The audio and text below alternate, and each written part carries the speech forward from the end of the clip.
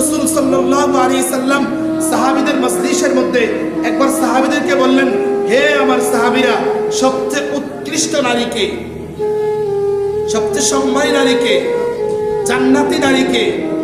এবার সাহাবাই কেরাম সকলে অনেকভাবে উত্তর দিলেন। আমরা উত্তর দিতাম যে 3 বেলা ভাত রাঁধে, যে ঘর পরিষ্কার করে, বুঝেন নাই, যে গরু 2টা ফেলে, যে ছাগল 4টা ফেলে, যে ঘরের ভিতরে বাইরে সব কাজ করে, সে উত্তম নারী। সাহাবাই কেরাম এরকম উত্তর দেয় নাই।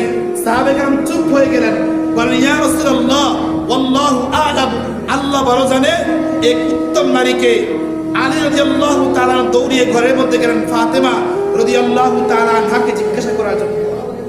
গিয়ে ফাতেমা বলে, ফাতেমা, আল্লাহ রাসূল প্রশ্ন করছে উত্তম নারীকে। খুব খেয়াল করেন, কি নারীকে বলেন? উত্তম নারী কে? ফাতেমা বলছে, যেই নারীর মধ্যে স্পেশাল 2টা গুণ থাকবে, ওই নারী উত্তম নারী, ওই নারী জান্নাতি নারী। সুবহানাল্লাহ। কয়টা গুণ বলেন? কয়টা গুণ? এবার আলী বলে, ফাতেমা 2টা গুণ কি? ও 1 নাম্বার গুণ, যেই নারী বালেগ হওয়ার পরে কোনো বেগানা পুরুষকে দেখে নাই।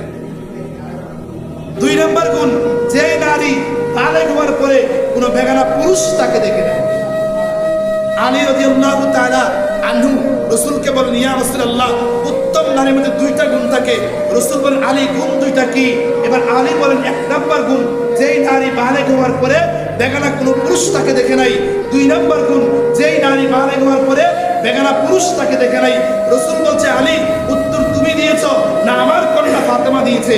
আলী বলে, ইয়া রাসূলুল্লাহ, পৃথিবীতে যত নারী আছে, কোন নারীর পক্ষে, কোন সাহাবীর পক্ষে, কোন মানুষের পক্ষে এরকম উত্তর দেওয়া সম্ভব না। এরকম উত্তর দিয়েছে 2 জাহানের বাদশা রাসূল আকরাম সাল্লাল্লাহু আলাইহি ওয়াসাল্লামের কলিজার টুকরা ফাতেমা রাদিয়াল্লাহু তাআলা আনহা।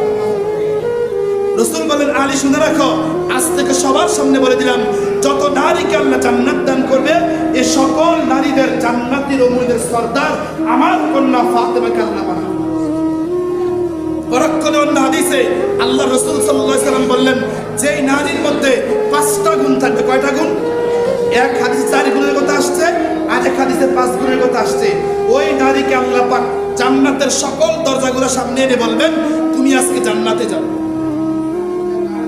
আরেকদিন বলবো জান্নাতে নারী গুণ। তাহলে ফাতেমা বলছে উত্তম নারীকে, যাকে বেগানা কোনো পুরুষ দেখে নাই, এবং যেই নারী বেগানা কোনো পুরুষকে দেখে নাই।